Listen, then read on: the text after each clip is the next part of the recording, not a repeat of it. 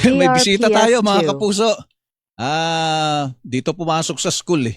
Suspended eh. Walang pasok eh. Pero pumasok sa DCWB mga kapuso. Kaway-kaway naman dyan. Ayan, oh. Ayan, si Immunomax Kid mga kapuso. Umulan at umaraw eh maghatid sa atin ng good vibes for all. Ayan o. Dito delikado sa baha eh. Ang ganda ng boots. Bambaha. Ayan, okay. Pinakita pa oh. Ayan o.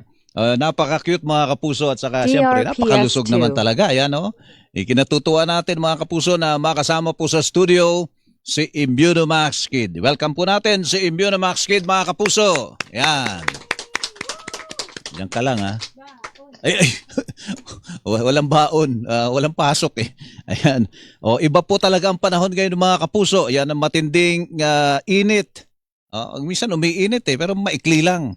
Pagkatapos yan, mas madalas yung mga pag-ulan eh. Yan, naku, lagot kang bata ka. DRPS2. Mabuti na lang mga kapuso, may Immunomax food supplement. Ang Immunomax po ay gawa sa CM Glucan, nagmula pa sa Switzerland. Ito po ay available in capsule for adults para po doon sa mga nasa hustong edad na katulad natin. Meron po tayong nababagay na Immunomax para sa atin.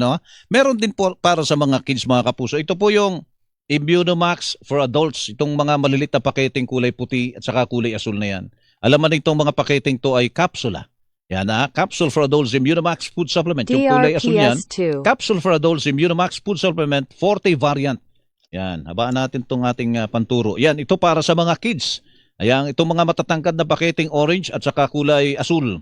Ang laman ito yung botelya na naglalaman ng Syrup for Kids na Immunomax food supplement. 40 variant naman ng Syrup for Kids Immunomax food supplement mga kapuso. Ito pong kulay asul na ito. Yan Yan si Immunomax Kid.